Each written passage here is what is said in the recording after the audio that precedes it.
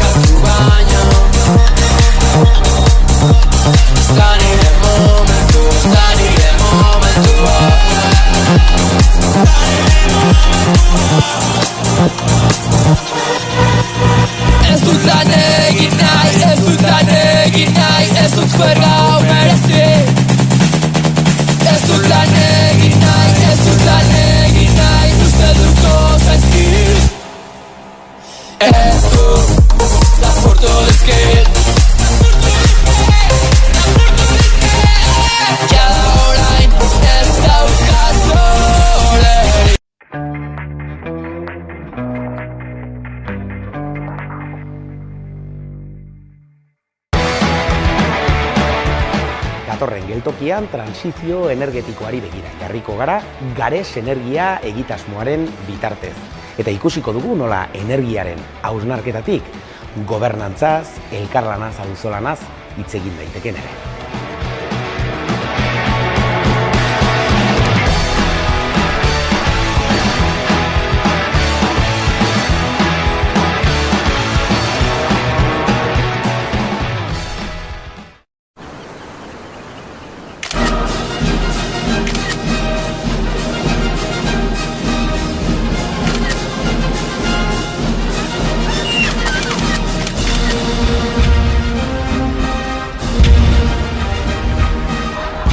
Aurtengo udan, denerako soluzioa duzu, Euskaltelek berriera dakarkizu. Samsung Galaxy S24 erabiltzeko erraz-erraza den adimen artifiziala duena, hilean 9 euro bakarrik ordainduta. Euskaltel, zer nahi duzu bihar?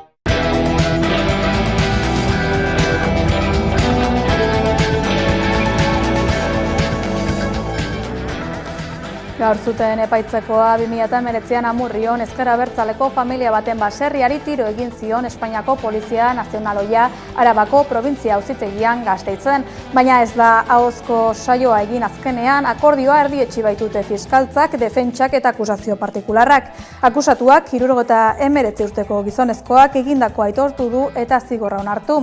Zehazki 3 urte eta 9 hilabeteko espetxe zigorra jarri diote gerrako armak izateagatik eta 180 euroko isuna baserrian bizi den familiari kalteak eragiteagatik.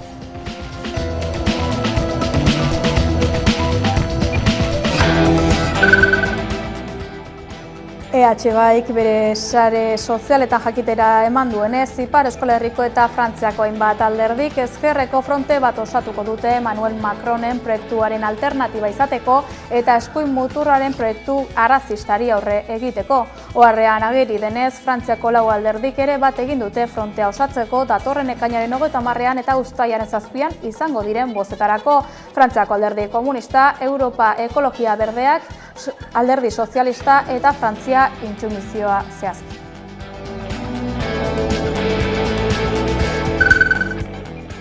Europako Parlamenturako hauteskundeak igaro eta biharamunera lortu dute EAJak eta PSEek Eusko Jaurlaritzaren gobernu programa osatzeko aurreakordio bat. Alderdiek zabaldu dutenez, EAJaren eta PSEen ordezkariek ongizatean, aurrera bidean, autogobernuan zein Euskadi globala eraldatzeko bidean aurrera egiteko oinarriak adostu dituzte. Aurreakordio horren edukiak gaur eman zaizki ezagutzera bi alderdietako batzorde eragilei EAJaren aberri batzarrak koalizio gobernua berretsi eta PSEek bere militantziari kontsulta egin aurretik. Jarduneko Eusko Jaurlaritzak azpimarratu du EAJ-PSE akordioak egonkortasun instituzionala ematen duela.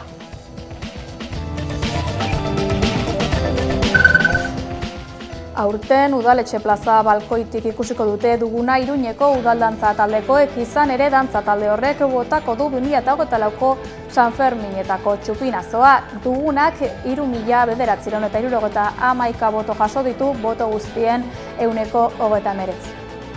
Jendaren txaloekin eta guk horrekin badugu nahikoa, baina bueno, ez diogu muzin eginen sari honi, guretako da. Gure taldearen 75. urte hurrenean, imaginatzen algenuen oparirik ederrenetako bat. Atortxurrok elkartasun jaialdiak iragarri du datorren urtean izango duela akabera festivalaren 30. aldiaren ondotik. 2025ko udan egingo dute hori zehazki uztailaren 24tik 27 Lakuntzan 4 eguneko jaialdi historiko batekin. Edonola ere aldi bat bakarra ez bi falta ditu oraindik Atortxurrokek. 2024ko abenduan egingo dute azken aldia forma klasikoan, alegia neguko atortxu atarrabian abenduaren 28.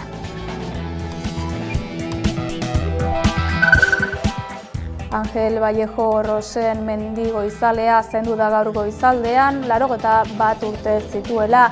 Everestera igotzen saiatu zen tximist izeneko lehen euskal espedizioko kidea izan zen eta gailurrera iristetik oso gertu geratu zen.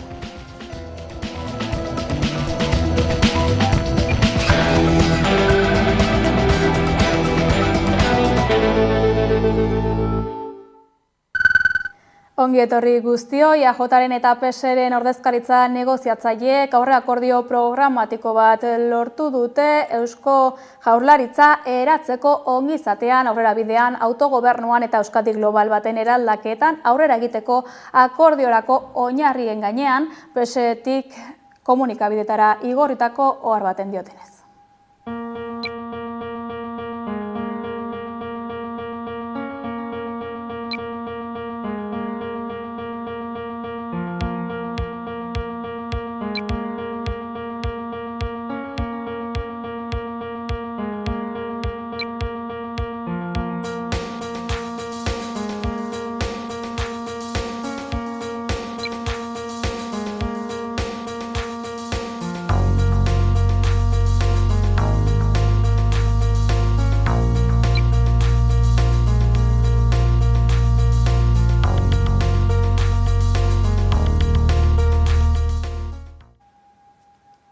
Aurreakordioari dagokionez jarduneko Eusko Jaurlaritzak azpimarratu du EAJ-PSE akordioak egonkortasun instituzionala ematen duela entzun. Uste dugu hitzarmen horrek batetik sendotu egiten duela Eusko Alderdi Jeltzaleak eta Euskadiko Alderdi Sozialistak aurreko 8 urteetan Eusko Jaurlaritzan eta Eusko Legebiltzarrean izan duten lankidetza, eta beste erakunde batzuetan dutena, Batzar Nagusietan, Foru Aldundietan, hainbat eta hainbat udaletan, eta hor finkatuta geratzen dira euskal gizarteak dituen lehentasunei erantzuna emango dioten gobernu lehentasunak, eta baita ere finkatuta geratzen da batez ere euskal erakundeen egonkortasuna. Ingurura begiratzea baino ez dago ikusteko zenbat arazo dauden hainbat tokitan, behar da bezalako egonkortasunik ez dagoelako, txendotasunik ez dagoelako, eta iruditzen zaigu gobernu hau osatu dugun kideoi iruditzen zaigu gure alderdiek eman dezaketen zerbitzuriko berena dela, euskal erakundeetan behar den sendotasun hori ematea, gizarteari zerbitzurik onena emateko, eta zentzu horretan dator, atzo Eusko Alderdi Jeltzaleak eta Euskadiko Alderdi Sozialistak iragarri zuten oinarrien akordio hori. Era berean, Peio Otxandianoren hautagaitza aurkeztuko du EH Bilduk investiduran eta Nerea Kortajarena EH Bilduren legebiltzarrerako bozeramailearen arabera, Jaurlaritza osatzeko EAJ eta PSek adostutako aurreakordioak hauteskunde biharamuneko emaitzak estaltzeko beharrari erantzuten dio eta orokorkerietan oinarritutako zirriborroa da.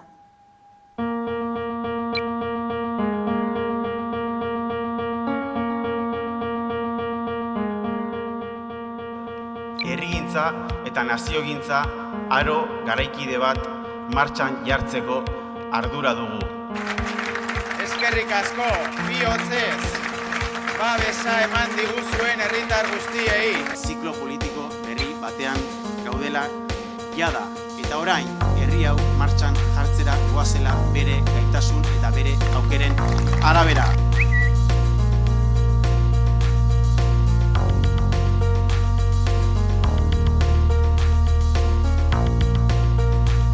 Guk uste dugu erantzunkizunagatik eta arduragatik Peio Otxandianoren hautagaitza hori aurkeztu egin behar dugula eta debate bat eman behar dela herri honek behar duen momentu honetan duen diagnostikoari buruz, herri honek behar duen herri proiektuari buruz, alternatiba hori badagola erakustea, baina batez ere erakutsi behar dela egiteko moduak aldatu behar direla.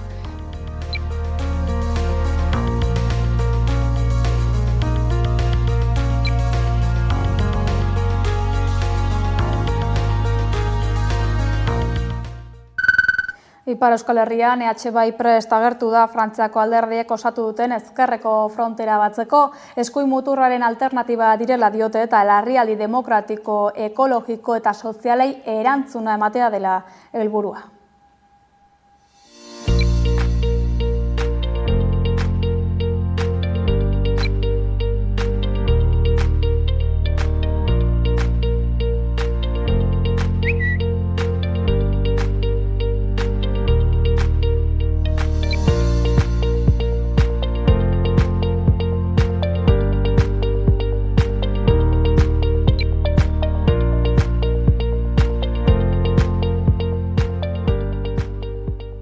Je dissous donc ce soir l'Assemblée nationale.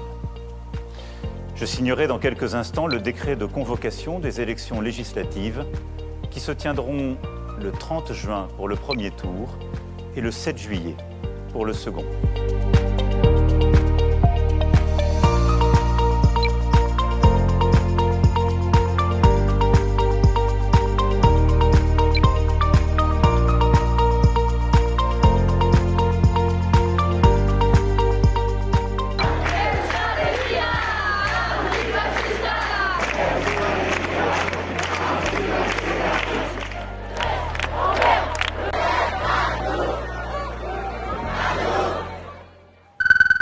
Kostata, baina Gasteiz antzokiak pixka bat irekiago dauzka ateak, Gasteizko Udala eta Lazarga Kultur Elkarteak akordio bat lortu dute Gasteiz antzokia zabaltzeko. Bi aldeek adostu dutenez, Kultur Elkarteak 5 urteko epean ordainduko du zorra eta adostutako hitzarmenean hainbat egokitzapen egingo dituzte egitasmoa lehen martxan jartzeko. Mikel Klaber. Gasteiz antzokiaren egoera desblokeatu duen akordioa adostu dute Lazarraga Kultur Elkarteak eta Gasteizko Udal Gobernuak. Kultur Elkartea izango da Euskararen etxea kudeatuko duena hitzarmena sinatu eta gero. Itzuli beharreko dirua EPK itzultzea adostu dute ere bi aldeek. Hemendik aurrera Lazarraga Kultur Elkarteak jarduerak prestatzen hasiko da Euskararen etxea Izaskun Arrue Kulturgunea irailean irekitzeko asmoarekin. Gasteiz antzokia martxan jartzeko akordioa itxi dute Lazarraga Kultur Elkarteak eta Gasteizko Udalak. Azken hilabeteetan zehar luzatu den gatazkari irtenbidea eman diote aldeek. Baldintza edo egoera honetan lortu genezaken horrena lortu dugu eta zentzu horretan pozik gaude. Ona dela bi aldeentzat eta batez ere Gasteizko herritarrentzat eta kontua da astea, kontua da lehen astea eta hortik aurrera segurazki denon artean zerbait polita lortuko dugu. Udalak aurreko urtean emandako diru laguntzaren zati bat itzultzea eskatu dio Lazarraga Elkarteari. 112.000 euro inguru dira, egin ezin izan diren lanengatik.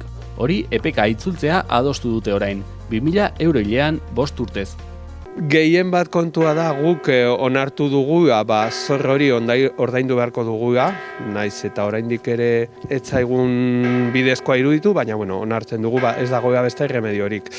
Eta bestetik, bai saiatu gara eta espero dut, pentsatzen dut hortu dugu hitzarmenean zerbait gehitzea edo egokitzea datorren urtean egoera zerrepikatzeko. Hitzarmen berria sinatu dute 2024ko 235.000 euroko diru laguntza aurre ikusten duena. Behin jarduerak programatzen hasterakoan, aurrekoan gertatutako egoera ez errepikatzea espero dute. Jarduerak izan ere, hemendik gutxira abiatuko dira. Hori gotu behar dugu oraindik, baina nik uste edo espero dugu uda baino gen irekitzea. Jarduerak, deiak, ez dakit inaugurazio bat, ez dakit zer, oraindik dena gotu behar dugu, baina bai. Eta gero, irailetik aurrera, euneko eunean, programazioa, espero daitekena. Oian eder Euskararen etxea itxi zenetik 2 urte pasa direnean, Gasteiz euskalgintza sustatzeko erreferentea berreskuratuko du hurrengo asteetan. Otsai amaierako prezipitazio handien ondorioz lur jausi handia izan zen Azkoitia eta Urretxu lotzen dituen Bidegorrian Azpurutxuko auzoaren parean. Horren ondorioz Gipuzkoako Foru Aldundiko Jasangarritasun Departamentuak bertatik igarotzen den bizikleta bidea edota Bidegorria berehala ixtea erabaki zuen egonkortze eta konponketa lanak amaitu arte. Bidegorriak dagoeneko 3 hilabete bete ditu itxita, baina oraindik lanak hasi gabe daude obra prestatzen ari direlako.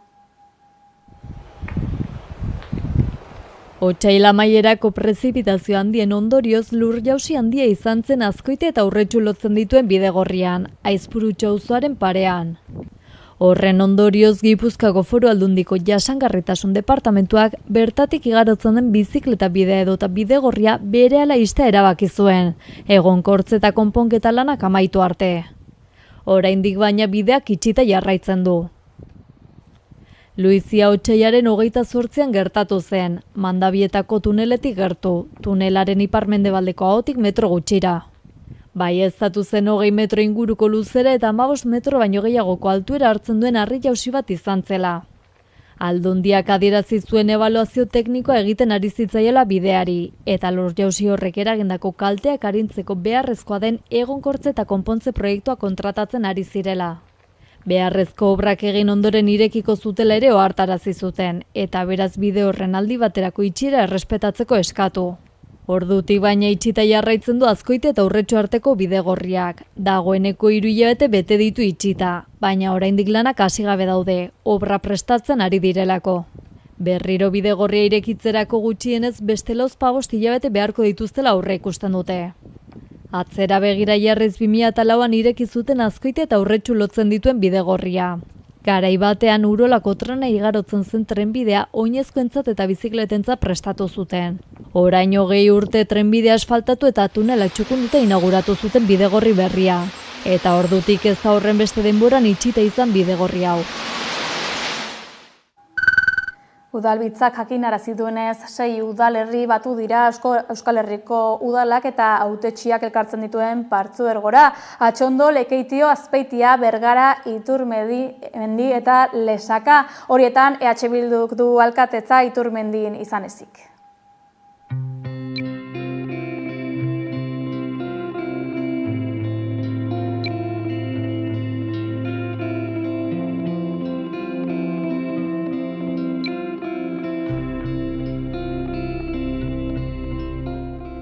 Udalbitzaren printzipioei bere horretan eutxiko diegu.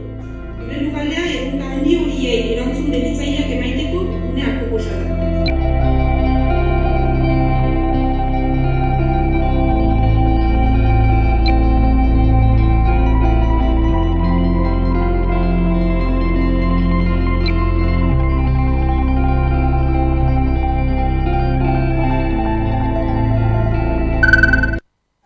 Gipuzkoako Auzitegiko 3. atalak 5 urteko kartzela zigorra ezarri dio gizon bati Eibarko etxebizitza batean adingabe bati sexu eraso bat egiteagatik. Gizonak onartu du sexu erasoa. Kartzelatik ateratzean zaintzapean egongo da 6 urtez eta ezingo da emakumearengana hurbildu 15 urtez.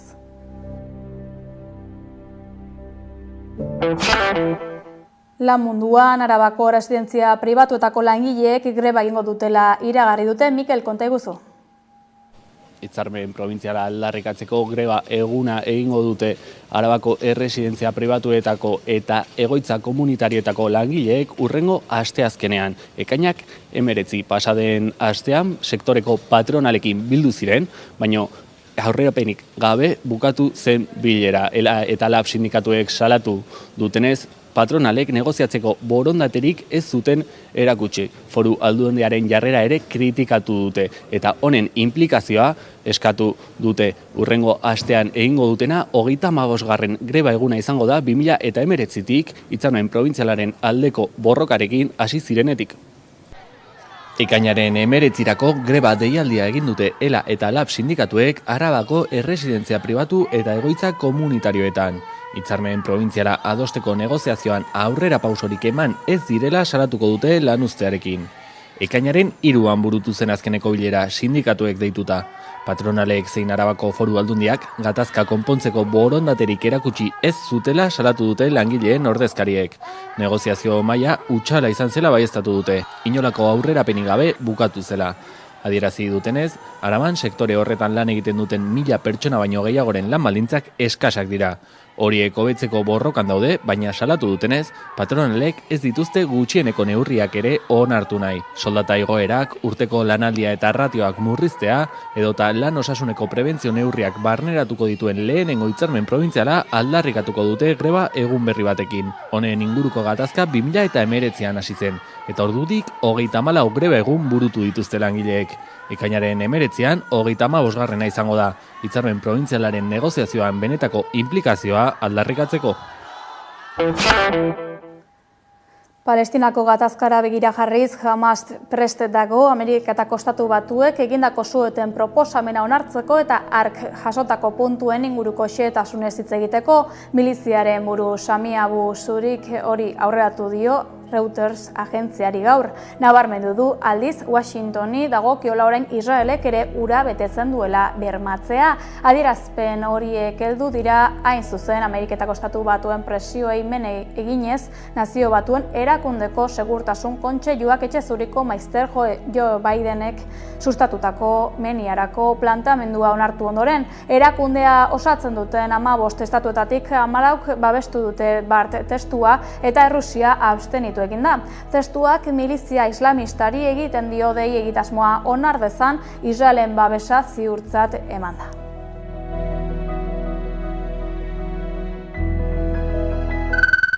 Nekazarien eskubideen eta ama lurraren defentsan ziharduen Jose Domingo abokatu eta aktivista erail dute Guatemalan. Erakundeek gertakaria salatu duten arren estatuko autoritateek oraindik ez dute ezer esan. Berosatruste. Jose Domingo giza eskubideen defendatzaile eta abokatua erail dute Guatemalan. Nekazarien batasunaren batzordeak Guatemalako erakunde garrantzitsuenetarikoa denak adierazi du gizon talde batek erail zuela Domingo enboskada zirudien egoera batean. Momentuan elkarteko 2 nekazarirekin zegoen.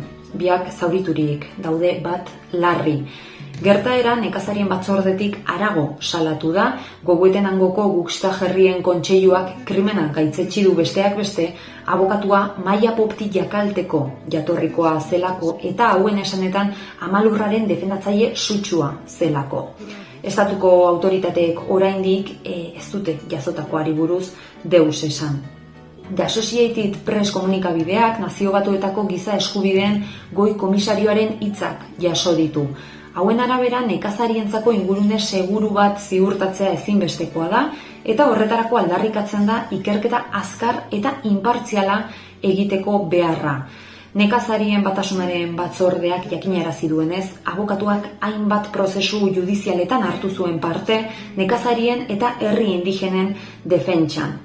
Batzordeko buru den Daniel Pascualek irmoki dio eraso hau ezin dela ekintza politikotik baztertu. Batetik, batzordeko 2 nekazarirekin zegoelako erasoa jaso zenean, eta bestetik nekazarien kriminalizazio eta hauen lurren defentsarako lan egiten zuelako.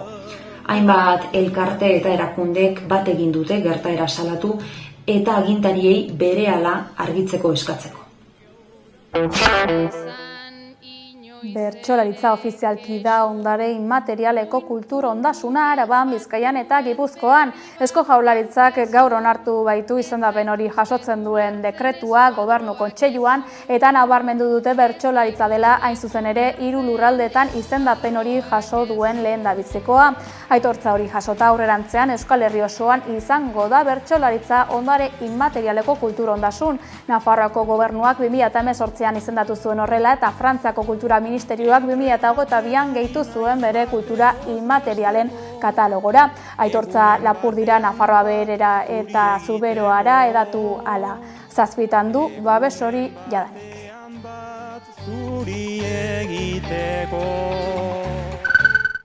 Bada bertsolaritzaren inguruko berriekin jarraiki Jon Euria Albizuri da 4. senyora sariketako pameladuna.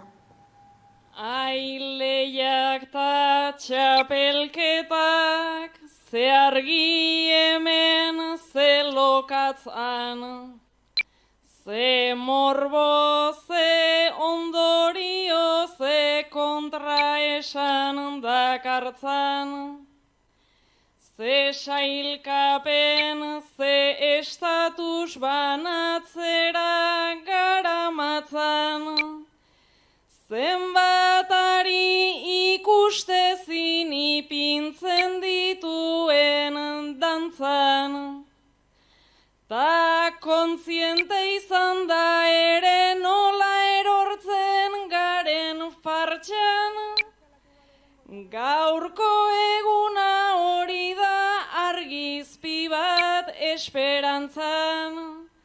Mil esker antolakuntza guzti hau jarrita martxan, zalantzan jarri ezin dena, jartzeagatik zalantzan.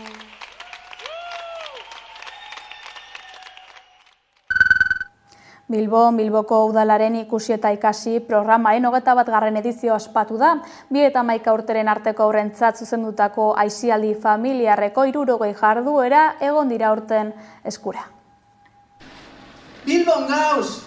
Bilboko udaletxie dago oso pozik! Duela 2 hamarkada Bilboko udalak ikusi eta ikasi programa jarri zuen martxan. Eta aurten 21. edizio ospatu dute ikuskizunak eta tailerrak bezalako 60 jarduerarekin batera.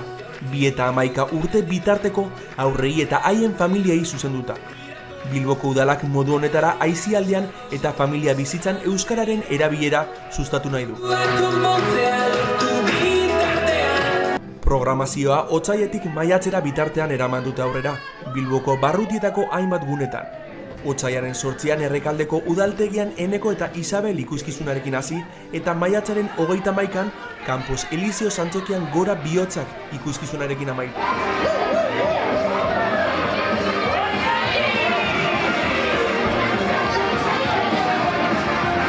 Familientzako aisialdi proposamenak 2 eta 11 urte bitarteko aurrentzat izan dira, eta txikienek adintarte horri egokitutako saio espezifikoak gozatu ahal izan dituzte.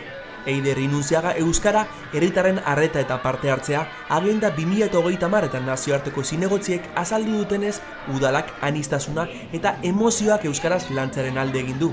Familiak aurten diseinatu diren programa bezain desberdinak baitira.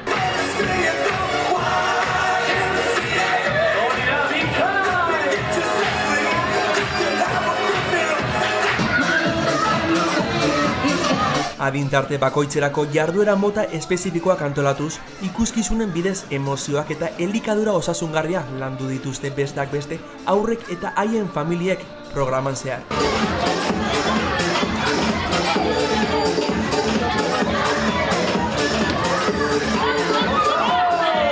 Gora Bihotzak ikuskizunarekin adibidez, musikaz eta dantzaz bete zen Campus Elizio Santzokia urrezko amaiera gisa. Urrengo edizioari begira izena emateko epea ezinbestekoa da jardueretan parte hartu ahal izateko. Eta urtarrilaren 28 arte egongo da zabalik ekitaldiaren web orri berezian. Zinegoakek aurtengo jaialdi ofiziala eta nobedade nagusiak aurkeztu ditu gaur Azkuna zentroan antolatutako prentsaurrekoan. Bilboko LGTBIQ+ nazioarteko zinema eta arte eszenikoen jaialdia ekainaren 24tik uztailaren batera antolatuko da eta beste urte batez Bilbon 11 jarduera prestatu dituzte kultura eta sexu aniztasunarekin lotuta. Programazioan antolaturiko ekimenak egongo dira, proiekzioak, arte eszenikoak, solasaldiak, jardunaldi profesionalak, jaiak, programazioa Bilboko areto ezberdinetan gauzatuko da Bilborrok edota Arriaga antzokian besteak beste. Zinegoakeko zuzendari Alaitz Arenazak 21. edizioko ildo nagusiak azaldu ditu. Azpimarratu nahi dugu badugula ahalmena gure orainak eta gure etorkizunak irudikatzeko eta eraikitzeko. Eta ariketa horrek kolektiboa ere izan behar duela.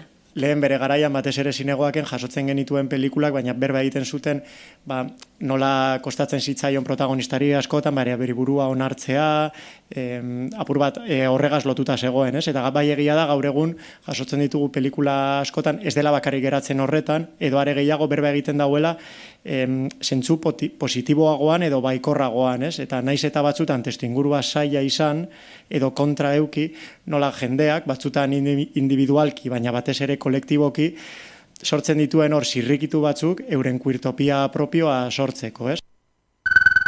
Eta amaitzeko esan dugu lerroburuetan ere Atortxurrok elkartasun jaialdiak bere bidea bukatuko duela iragarri du. Atortxurrok elkartasun jaialdiak amaiera emanen dio bere ibilbideari 2025ko udako 4 eguneko jaialdiarekin. Euskal preso politiko, ieslari eta deportatuen errealitateari elkartasunetik erantzun eta haien auzia gizarteratzeko helburuarekin antolatzen hasi zen jaialdiak bere azken 2 edizioak ospatuko ditu.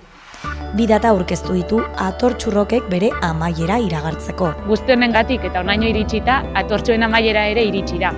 Horregatik, azken 2 edizioak ospatuko ditugu. 29. edizioa, abenduaren 28an Atarrabian, eta 30. 2025ko uztailaren 24tik 27ra Lakuntzan. 30. edizioa 2025ko uztailaren 24tik 27ra ospatuko da Lakuntzan, 4 eguneko jaialdi historiko batekin. 2089an antolatu zuten aurrenekoz festivala, 2 helburu nagusirekin. Batetik euskal preso politikoen, ieslarien eta deportatuen egoera salatzea, eta bestetik presoen sakabanaketak zigortutako senidei elkartasun ekonomikoa ematea. 2023ko otsailean euskal herriratu zituzten Espainiako kartzeletan gelditzen ziren azken 5 preso politikoak. Eta ondorioz, Sare Herritarra plataformak itxitzat jo zuen hainbeste urtez luzatutako sakabaneketa politika. Ordea orain, jaialdiaren agurra iragartzarekin batera, ohartarazpena egin dute antolatzaileek. Jaialdia bere amaierara heldu da, baina jaialdia sorrarazi zuten arrazoi guztiak ez dira desagertu. Antolatzaileek diotenez. Zita bikoitz honetarako Atortxurrokek bono berezi batzuk jarri ditu dagoeneko salgai. Honela, gaurtik aurrera, Atortxu 29 eta Atortxu 30ko bono bateratua eskuratu daiteke, 94 euroren truke. Eskaintza berezi honetan 3.000 bono baino ez dira jarriko salgai.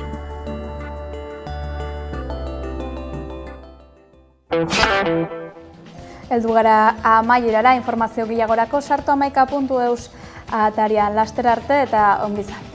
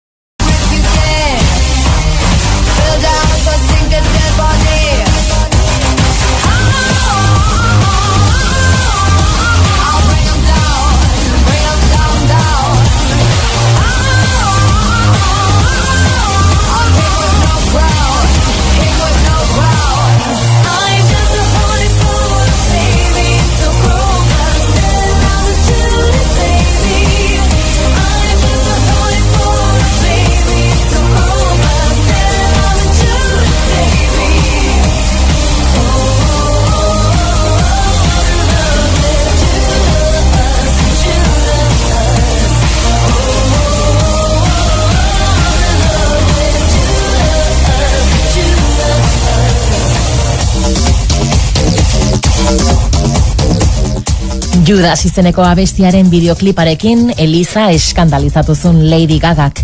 Amabi apostolu motero eta Lady Gaga Maria Magdalenaren paperean dira bideoaren protagonistak. Eta badirudi hau etzela Elizaren gustokoa izan. Halere, bere asmo bakarra fedea ospatzea eta Jerusalem moderno bat irudikatzea izan zela azalduzun abeslariak.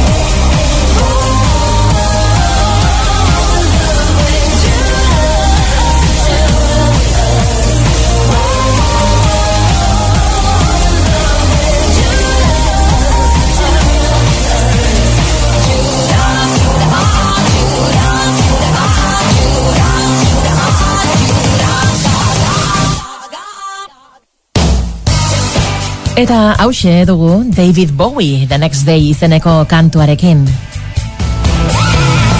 Look into my eyes, it tells how